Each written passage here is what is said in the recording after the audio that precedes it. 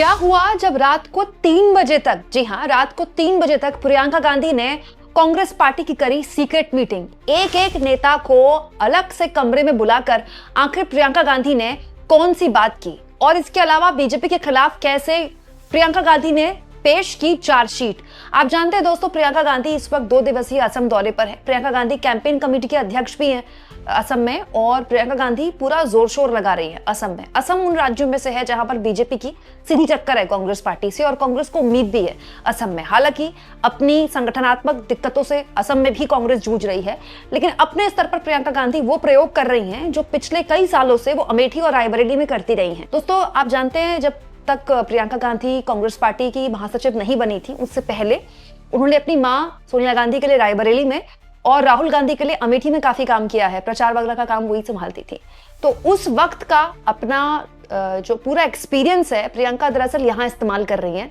कैसे, वो खुद उन्होंने बताया है। आगे मैं आपको उनकी वो बात सुनाऊंगी, लेकिन पहले मैं आपको दिखाती हूँ वो तस्वीर जिसकी चर्चा खूब हो रही है। दोस्तों, प्रियंका गांधी 2 दिवसीय दौरे पर थी, लेकिन सुनने में आ रहा है कि देर रात 3 बजे तक, जी हाँ, आधी रात तक 3 बजे तक वो अलग अलग स्तर के कांग्रेस पार्टी के कार्यकर्ताओं से, जिला लेवल के कांग्रेस पार्टी के कार्यकर्ताओं से अलग अलग लेवल पर मिल रही थी, और सबसे वो अकेले में मिली। हालत ये हो गई दोस्तों कि कई विधायक तो वहीं कांग्रेस दफ्तर में बैठकर सो रहे थे, इस उम्मीद में कि बस प्रियंका उनको बुला ले और उनकी बारी खत्म और वो घर जाएं। उन्हीं में से एक फोटो ये भी है, ये कांग्रेस पार्टी के दफ्तर की फोटो है। अंदर प्रियंका गांधी कांग्रेस पार्टी के नेताओं से अलग अलग लेवल पर मुलाकात कर रही थी, और बाहर जितने भी नेता थे वो इस तरह से सो रहे थे। रात के 3 बजे तो आदमी सोएगा ही, और क्या करेगा।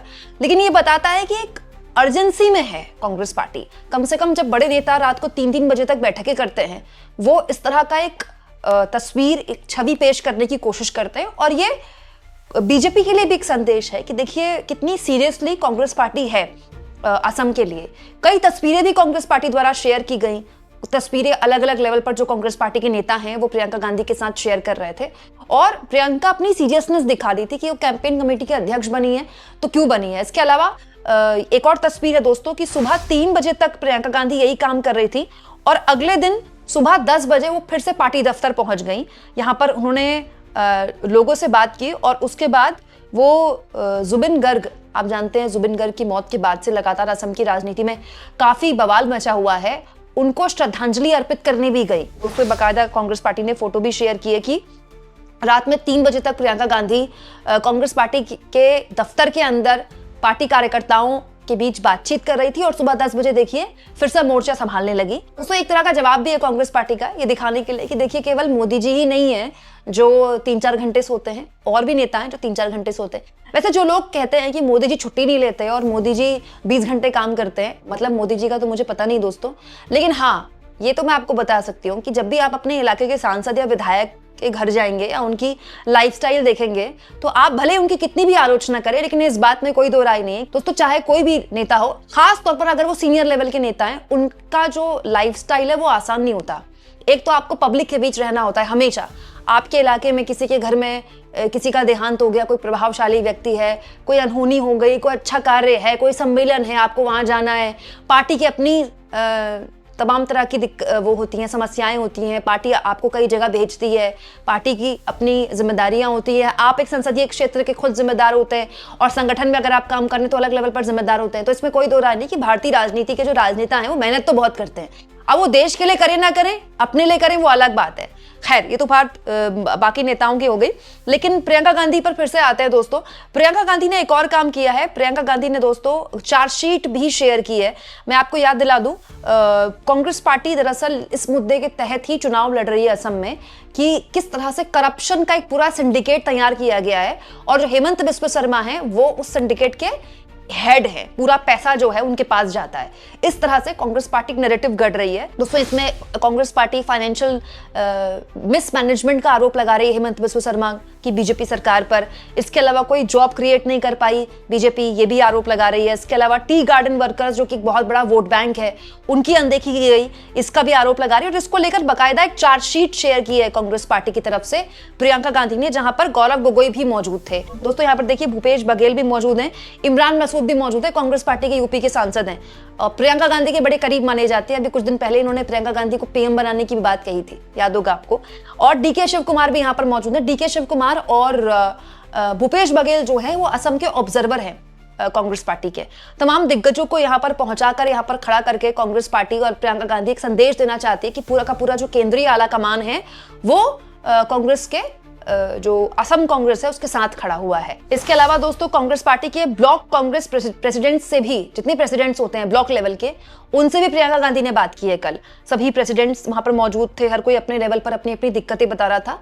और इस तरह की मुझे लगता है कि जो इंटरैक्शंस हैं, जो बातचीत है, वो सिर्फ चुनाव में नहीं होनी चाहिए, साल के 365 दिन होनी चाहिए। बीजेपी की इस बात में कोई दो राय नहीं है, आप तमाम आलोचनाएं कर सकते हैं, लेकिन यही मजबूती रही है उस पार्टी की कि वो साल के 365 दिन इस तरह के इंटरैक्शन करती है अपने कार्यकर्ताओं को, चुनाव का इंतजार नहीं करती वो।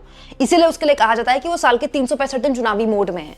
और इस तरह के इंटरैक्शंस आपको ऊपर तक फीडबैक देने में भी बहुत हद तक सफल होते हैं। तो ठीक चुनाव में बड़े नेताओं की असक्रियता का फायदा भी होता है। खैर, इस बीच जब कांग्रेस पार्टी के कार्यकर्ताओं के बीच प्रियंका गांधी मौजूद थीं, तो वो अपने पूर्व के एक्सपीरियंस शेयर कर रही थी कि असम में जब वो आई हैं कांग्रेस पार्टी को मजबूत करने के लिए, तो उनको पूर्व का अपना अमेठी और रायबरेली का एक्सपीरियंस याद आ रहा है, क्योंकि तब अपने भाई और अपनी माँ के लिए उन्होंने अमेठी और रायबरेली में जब काम किया था, तब उनकी ना तो केंद्र में सरकार थी और ना ही राज्य में सरकार थी। हो सकता है कि वाजपेयी के जमाने की वो बात कर रही हूँ, क्योंकि प्रियंका गांधी बहुत लंबे वक्त से सक्रिय है अमेठी और रायबरेली में। यहां मैं आपको ये भी याद दिला दूं दोस्तों, यूपीए की सरकार बनी थी तो भी रायबरेली और अमेठी भले ही कांग्रेस के पास थी, मतलब वो संसदीय क्षेत्र कांग्रेस ने जीते थे, राहुल गांधी वहीं से आते थे संसद में और सोनिया गांधी भी वहीं से आती थी, लेकिन तब भी उत्तर प्रदेश में मुलायम सिंह या अखिलेश यादव की सरकार रही।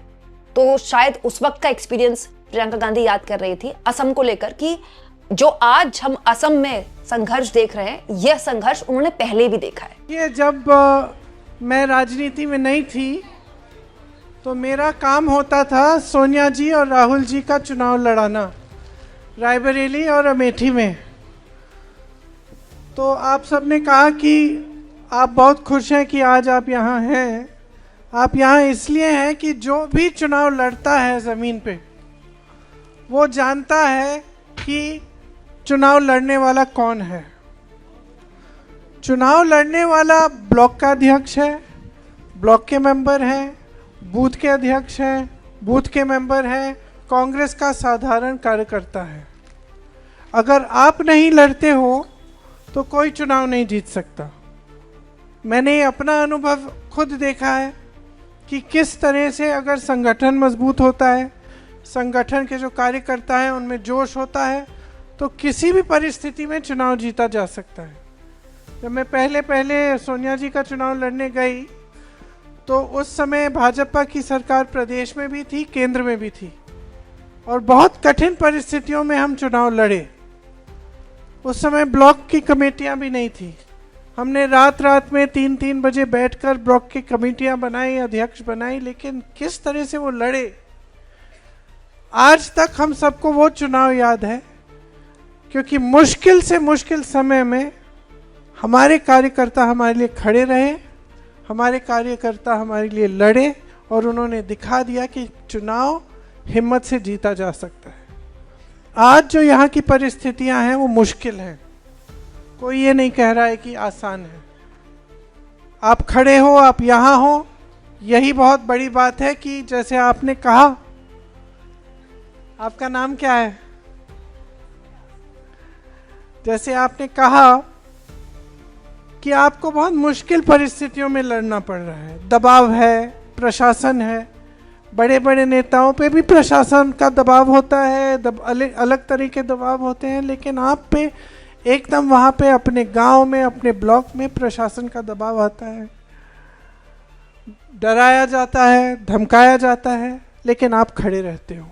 तो सबसे पहले मैं ये कहना चाहती हूँ कि आपको अपने आप में गर्व होना चाहिए। आज अगर कांग्रेस पार्टी इस देश में खड़ी है तो वो आप जैसे लोगों के बल पे खड़ी है, जिन्होंने अपनी पार्टी के प्रति समर्पण और आस्था दिखाई, और जो आज भी लड़ रहे हैं।